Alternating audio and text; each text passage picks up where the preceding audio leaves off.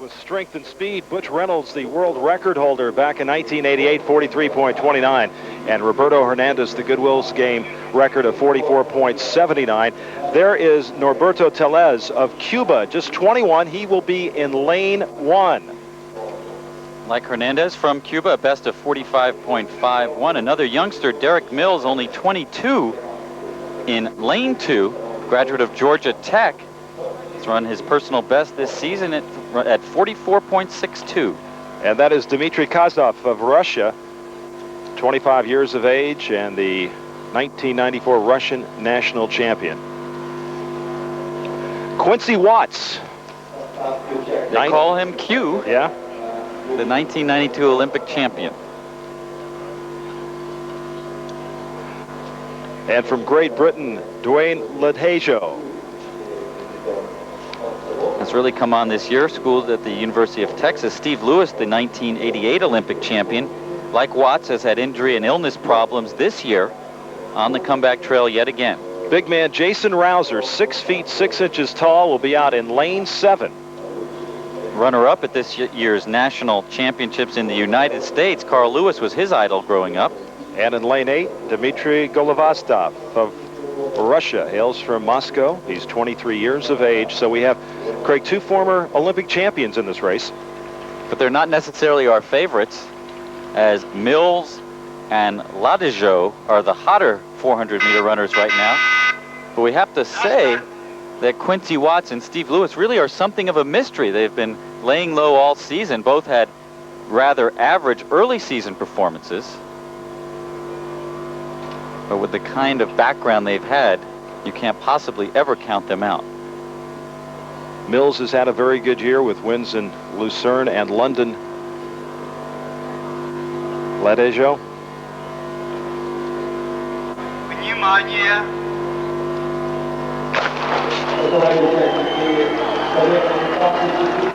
Mills at 5 feet 9 inches tall should be comfortable in that inside lane, lane 2. But it's Quincy Watts and Jason Rouser who are out quickly. Rouser, the big man, at 6 feet 6 inches tall, out in lane 7 with Dmitry Golovastov in lane 8, and Rouser is catching right up to him, and there is Mills on the inside. And Quincy Watts in the middle of the screen now, running an excellent turn, looking like the Quincy Watts of old. So Rouser on the outside, Watts in the middle, and Mills on the inside. Quincy Watts in the middle, Rouser on the outside. And coming up, Ladejo. Boy, it is very close at the end. Ladejo came on strong at the end as Quincy Watts, number 106, and Derek Mills, 127. And Quincy Watts was the man that got it done. Derek Mills slightly stunned at that. I'm sure he thought he had this race. Quincy Watts in the middle was vulnerable, and on the right of the screen it looked like Derek Mills was going to be the one that would come on. Rouser on the left held on strong, and watch the man in black in the center, Ladejo, who came on so fast at the end. Ooh, and it's tough to see I'll who tell got you that what, one. It is really, it looked like Ladejo might have gotten his head down there, Craig. Of course, it's the torso that counts. The head is deceiving, as you say.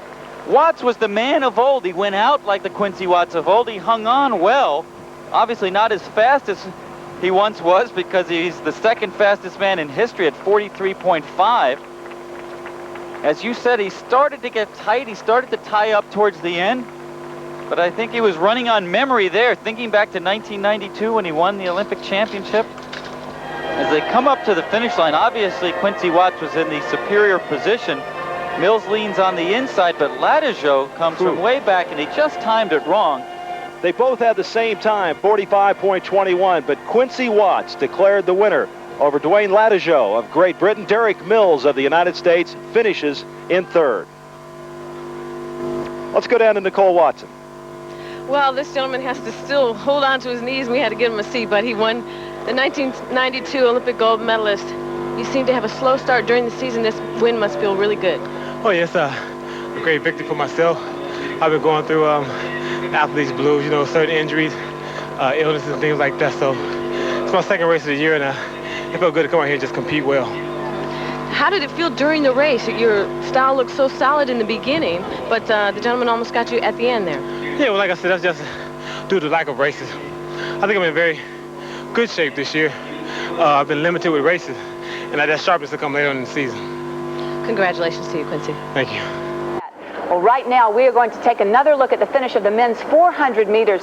This is how we saw the finish, but we have since received the official photo from the finish line, which shows just how close this race was. Remember, it's the torso of the body that determines the winner, while no protest has been filed, and the results are official. You can look at this photo and make the argument that Dwayne Ladejo won this race. Nonetheless, Quincy Watts remains the gold medalist. Yeah, those pictures didn't show it, but Ladejo was closing in on Watts at the end.